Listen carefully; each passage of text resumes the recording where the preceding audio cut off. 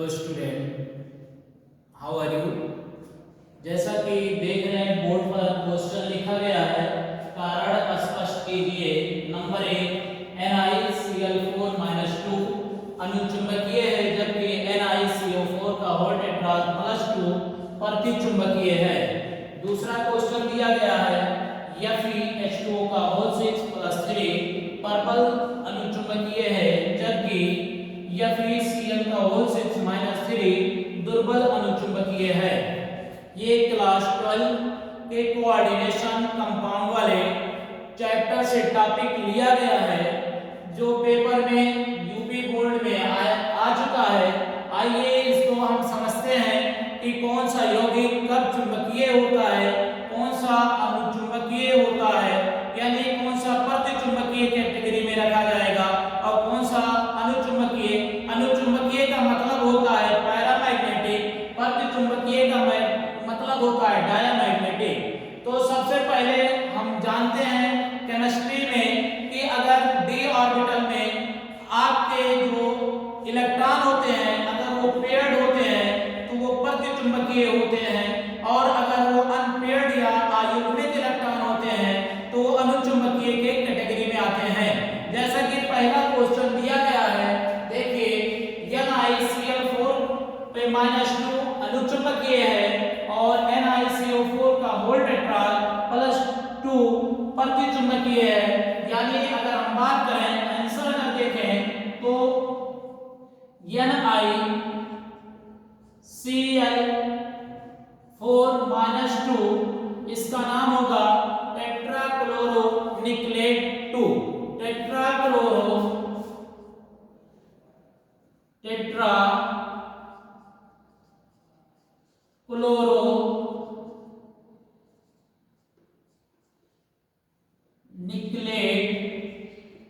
2 anion.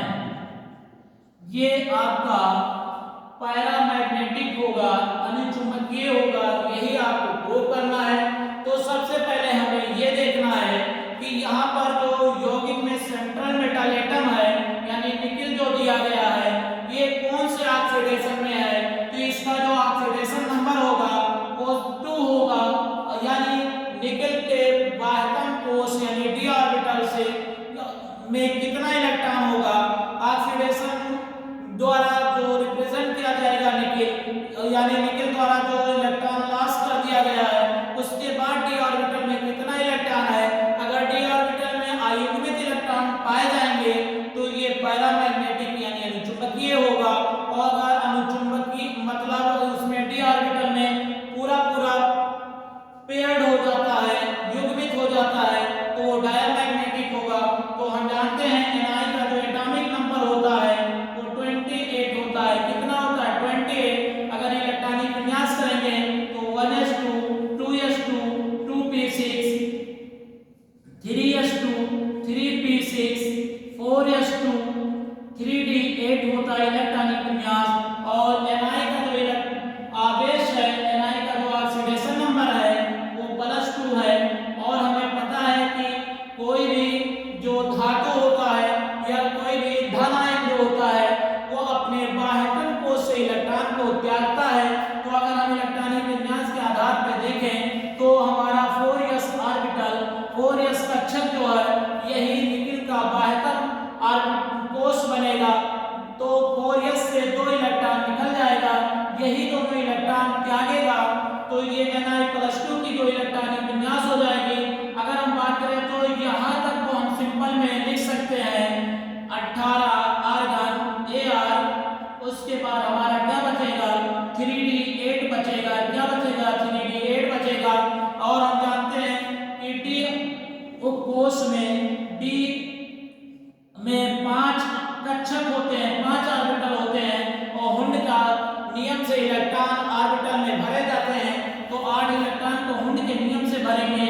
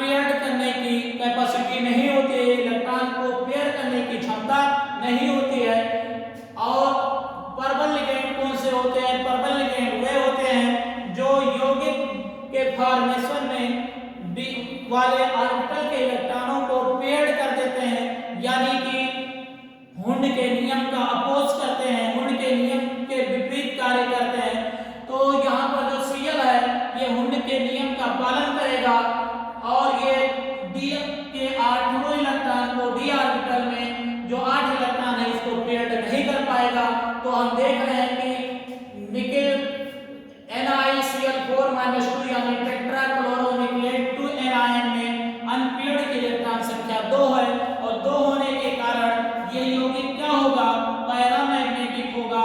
क्या होगा, paramagnetic होगा, यानी कि अनुचुंबकीय होगा, पैरामैग्नेटिक होगा। आइए दूसरा वाला देख लेते हैं, कौन सा दिया गया है, NiCO का होल टेट्रास +2 अगर इसका नाम देखें तो टेट्राकार्बोनिल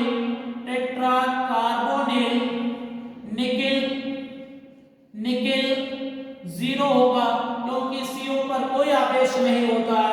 इसका नाम क्या होगा, टेट्राकार्बोनिल निकिल 0, यानी निकिल से कोई इलेक्ट्रॉन लॉस नहीं होगा। यौगिक के फॉर्मेशन में निकिल द्वारा कोई भी इलेक्ट्रॉन नहीं त्यागा जाएगा।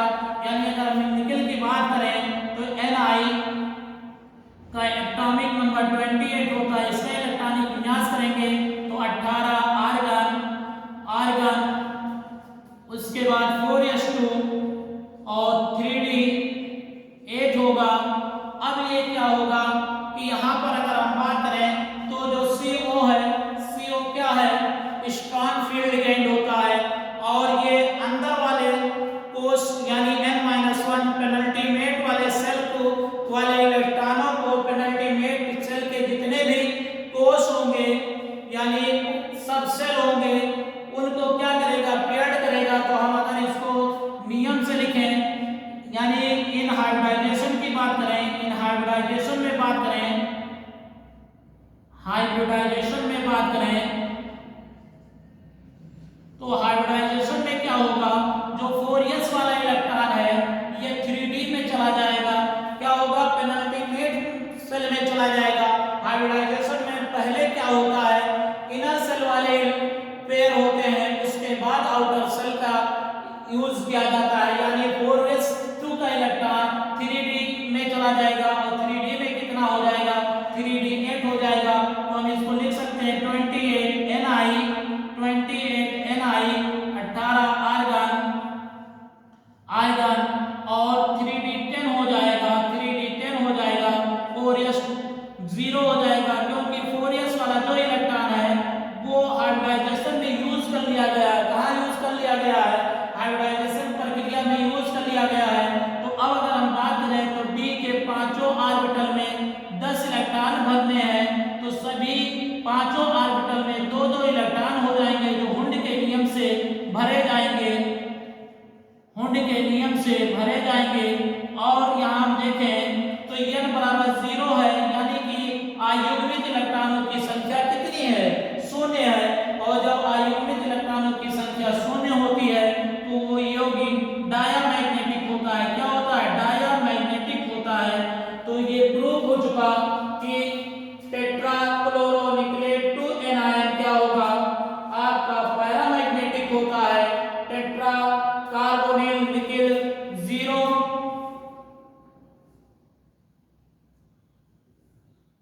निकिल 0 जो है ये आपका डायामैग्नेटिक होता है। क्या होता है, डायामैग्नेटिक होता है। सेम इसी प्रकार से क्वेश्चन और बनाया जा सकता है, इसी हिसाब से क्वेश्चन और आ सकता है। NiCO का होल टेट्रास +2, अगर इसमें बात करें तो Ni की जो ऑक्सीडेशन संख्या है वो +2 होगी। कितनी होगी, +2 होगी। यानी अगर इसका इलेक्ट्रॉनिक विन्यास करोगे तो 18 आर्गन 3d8 होगा। क्या होगा, 3d8 होगा। और इसमें क्या होगा, CO क्या है, पर्पल लिगेंड है तो हाइब्रिडाइजेशन में d वाले इलेक्ट्रॉन को पेयर्ड कर देगा। यानी d के ऑर्बिटल में d के जो आपके ऑर्बिटल है, कक्ष है, उसमें इलेक्ट्रॉन पेयर्ड होंगे। हुंड के नियम का पालन नहीं करेगा। जो स्ट्रॉन्ग फील्ड लिगेंड होते हैं वो कॉम्प्लेक्स में इलेक्ट्रॉनों के शेयर में साझा करते समय हुंड के नियम का पालन नहीं करते हैं। यहाँ पर भी क्या होगा, n बराबर 0 होगा। क्या होगा, n बराबर 0 होगा। ये यौगिक भी आपका क्या होगा, डायामैग्नेटिक होगा। होगा, डायामैग्नेटिक होगा। तो पहले क्वेश्चन का एक्सप्लेनेशन ये था जो आप बोर्ड पर देख रहे हैं। ये आपसे बार बार इस तरीके से क्वेश्चन दिए जाते हैं और इन क्वेश्चन को आपको एक्सप्लेन करना होता है, यानी कि पहले उसको आपको समझाना होता है, उसके बाद लिखना होगा नीचे एक लाइन में लिख देना टेट्राक्लोरोनिक्लेट 2 एनायन जो होगा वो प्रतिचुंबकीय होता है, क्योंकि इसके d ऑर्बिटल में 2 अनपेयर्ड इलेक्ट्रॉन होते हैं, आयुग्मित इलेक्ट्रॉन होते हैं, जबकि टेट्राकार्बोनिक निकेल 0 या टेट्राकार्बोनिक निकेल 2 कैटायन जो होगा उसमें n बराबर 0 होता है, यानी युग्मित इलेक्ट्रॉनों की संख्या शून्य हो, जो अयुग्मित इलेक्ट्रॉनों की संख्या जो होती है वो शून्य होती है, और जिसमें अयुग्मित इलेक्ट्रॉनों की संख्या शून्य होती है वो क्या होते हैं, प्रतिचुंबकीय होते हैं। आइए सेकंड एग्जांपल को देखते हैं। सेकंड क्वेश्चन क्या किया गया था। सेकंड क्वेश्चन में कहा गया है हेक्साएक्वा आयरन 3 कैटायन एक प्रबल अनुचुंबकीय है, जबकि हेक्सासाइनोफेरेट 3 एनायन दुर्बल लिगैंड है। तो यहाँ पर भी आपको समझना है कि जो हेक्साएक्वा आयरन 3 कैटायन है ये प्रबल है, स्ट्रॉन्ग पैरामैग्नेटिक है, जबकि हेक्सासाइनोफेरेट 3 एनायन जो है वो दुर्बल अनुचुंबकीय है, यानी चुंबकीय दोनों हैं, आप उसमें आपको डिसाइड करना है कि ये प्रबल है और ये दुर्बल है। क्यों है? तो हम प्रबलता चुंबकीय का जो गुण होता है, यानी नंबर ऑफ अनपेयर्ड के इलेक्ट्रॉन की संख्या के आधार पर ज्ञात करते हैं। n का मान जिसका ज्यादा होगा, यानी अयुग्मित इलेक्ट्रॉनों की संख्या जिसमें ज्यादा होगी वो प्रबल अनुचुंबकीय होंगे, जिसमें n बराबर कम होगा, n का मान कम होगा, वो दुर्बल अनुचुंबकीय होंगे। आइए देख लेते हैं शॉर्टकट में, पहले समझ लें। जैसे इसमें देखेंगे आयरन का जो एटॉमिक नंबर होता है वो 26 है, इसका इलेक्ट्रॉनिक विन्यास करोगे 18 आर्गन और s2 3d6 होता है। और दोनों कंडीशन में देखें, दोनों कंडीशन में अगर हम इसको A मान लेते हैं, इसको B मान लेते हैं, तो A वाले में भी आपका आयरन जो है वो +3 कंडीशन में है, आयरन +3 कंडीशन में है। इसका मतलब है कि यहाँ से 3 इलेक्ट्रॉन आयरन द्वारा डोनेट कर दिया जाएगा, लॉस कर दिया जाएगा, निकाल दिया जाएगा। अब जब ये 3 इलेक्ट्रॉन निकालेगा तो कहाँ से इलेक्ट्रॉन पहले निकलता है? पहले आउटर सेल से इलेक्ट्रॉन निकलते हैं, आउटर सेल में 2 ही इलेक्ट्रॉन है तो यहाँ से 2 इलेक्ट्रॉन निकलेगा। उसके बाद पेनल्टीमेट वाले सेल से निकलते हैं, पेनल्टीमेट में कहाँ से निकलते हैं? उसमें जो बाह्यतम कोष होता है वहां से निकलते हैं। पेनल्टीमेट सेल में बाह्यतम कोष कौन सा हमारा है? डी है, इसलिए डी से भी एक इलेक्ट्रॉन निकलेगा। ये आपका Fe+3 की जो इलेक्ट्रॉनिक विन्यास होगी वो 18 आर्गन 3d5 होगी। अगर हम यहाँ बात करें डी ऑर्बिटल में इलेक्ट्रॉन को हुंडी के नियम से भरेंगे तो यहाँ पर सभी जो 5 इलेक्ट्रॉन होंगे वो अयुग्मित होंगे, यानी n बराबर जो होगा वो 5 होगा, n बराबर क्या होगा? 5 होगा। और अगर हम B वाले में बात करें, यानी B की अगर बात करें तो यहाँ पर भी क्या है, जो Fe है +3 कंडीशन में है, इसमें भी सेम वही कंडीशन आएगा, 18 आर्गन 3d5 होगा। यहाँ पर भी क्या होगा? 5 इलेक्ट्रॉन को भरना है, बट यहाँ पर जो नियम है वो विपरीत हो जाएगा, हुंड के विपरीत भरा जाएगा। क्यों भरा जाएगा? क्योंकि जो H2O है वो दुर्बल लिगैंड है, दुर्बल लिगैंड क्या करते हैं? वो हुंड के नियम का पालन करते हैं, और जो प्रबल लिगैंड होते हैं वो हुंड के नियम का पालन नहीं करते हैं। इसलिए साइनाइड वाला जो साइनाइड लिगैंड है ये D5 के इलेक्ट्रॉन को पेयर्ड कर देगा, और जो पेयर्ड करेगा यानी हुंड के विपरीत काम करेगा। तो इसमें जब ये हुंड के विपरीत काम करेगा ये Fe+3 तो यहाँ n बराबर 1 आएगा। यानी अगर बात करें तो दोनों जगह पर हम देख रहे हैं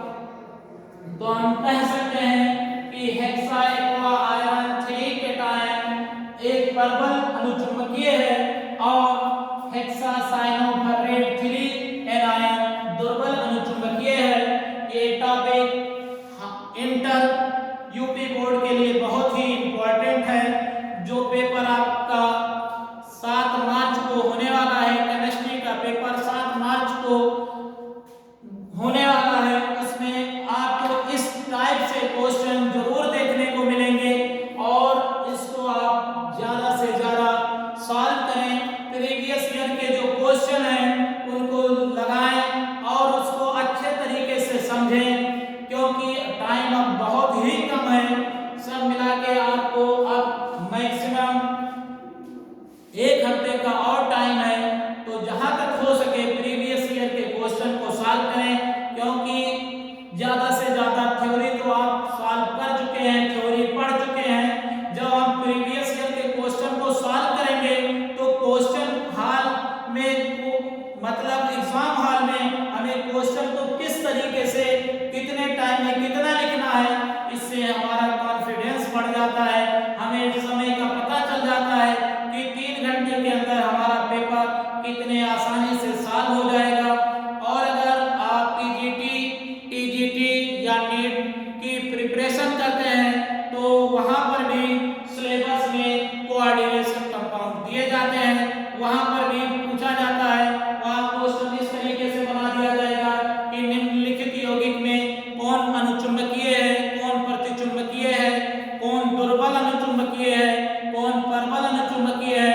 तो ये वीडियो केमिस्ट्री से तैयारी करने वाले सभी छात्रों के लिए उपयोगी है और इस वीडियो को शेयर करें।